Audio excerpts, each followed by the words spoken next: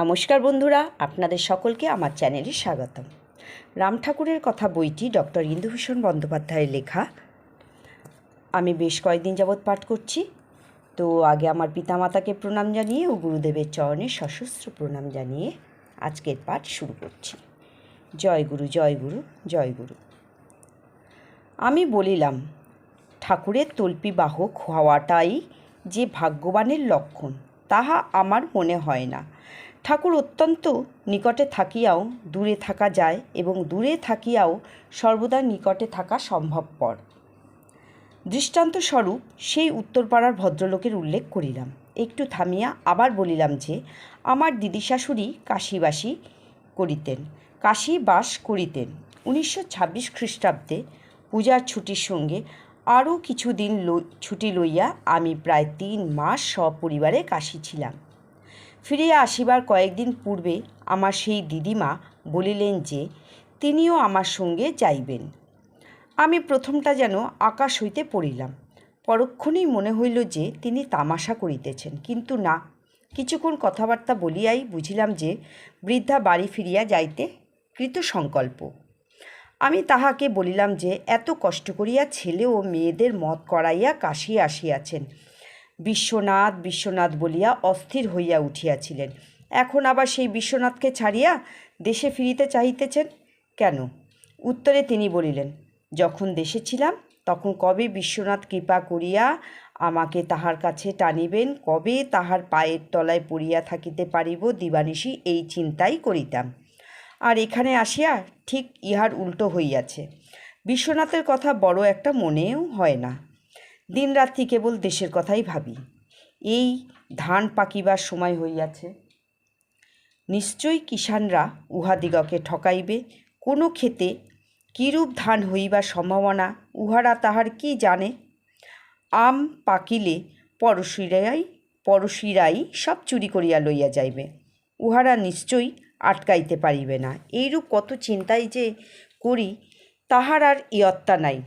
এখন তুমিই বলো, দেশে থাকিয়া বিশ্বনাথের চিন্তা করাই ভালো, না কাশী থাকিয়া দেশের চিন্তা করা ভালো? আমি সহসা এই কথার কোনো সদুত্তর দিতে পারিলেও তাহাকে সঙ্গে লইয়া যাইতে স্বীকৃত হইলাম না। কিন্তু তিনি মনস্থির করিয়াই ফেলিয়াছিলেন 6 মাসের মধ্যেই দেশে ফিরিয়া আসিবেন এবং সেইখানে 2 বৎসর পরে তাহার মৃত্যু হয়।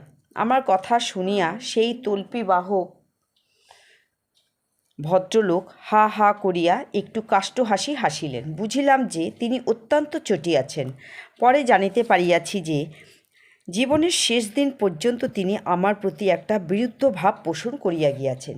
সে যাহাই হোক, বৈকালে অনেকেই আসিয়া জুটিলেন এবং কিছুক্ষণ নানা বিষয়ে কথাবার্তা চলিল।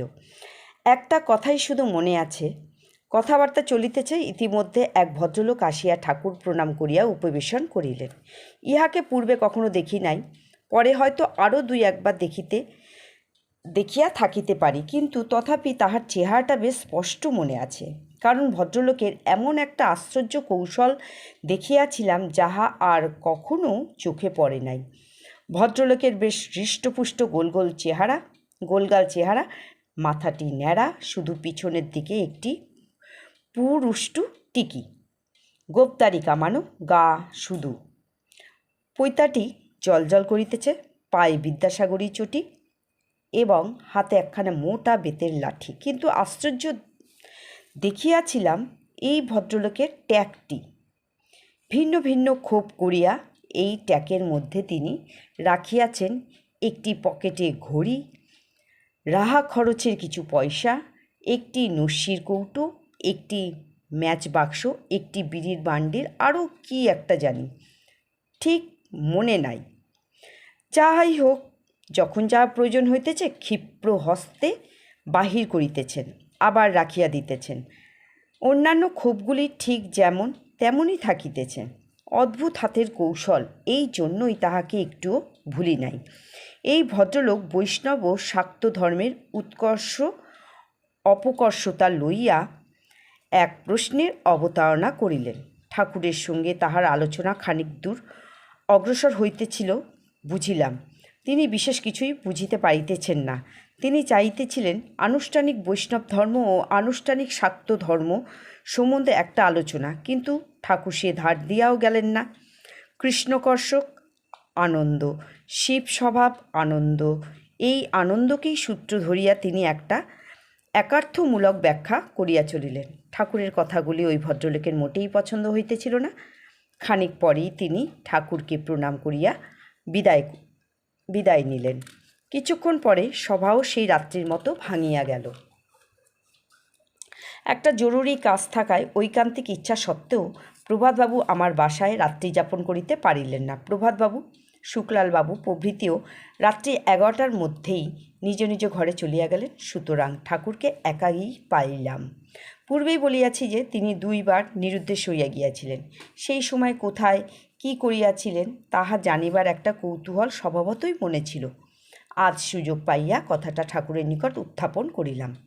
বরদাবাবুর নিকট আমি কিছু কিছু শুনিয়াছিলাম, কিন্তু ঠাকুরের নিজ মুখে কথাগুলি না শোনা পর্যন্ত সুস্থির হইতে পারিতেছিলাম না। ঠাকুর কিছুক্ষণ নীরবেই রহিলেন। পরে শুরু করিলেন কৌশিক আশ্রমের কথা। গুরু ঠাকুর ও তাহার 2 জন গুরু ভ্রাতা একত্রে হিমালয় ভ্রমণ করিতেছিলেন। ঠাকুরের মুখে তার 4 জন গুরুভ্রাতার কথা অনেকবার শুনিয়াছি। 3 জনের নাম ছিল যথাক্রমে বৃন্দারণ্য, চৈতন্যভূক ও শঙ্করানন্দ। চতুর্থ নামটি স্মরণ করিতে পারিতেছি না। ইহাদের মধ্যে 2 জন হিমালয় ভ্রমণকালে কখনো কখনো ঠাকুরের সঙ্গী হইতেন। কোন 2 জন তাহা সঠিক বলিতে পারিতেছি না। সে যাহাই হোক, গুরু তাহাদের লইয়া কৌশিক আশ্রমের দিকে অগ্রসর হইলেন।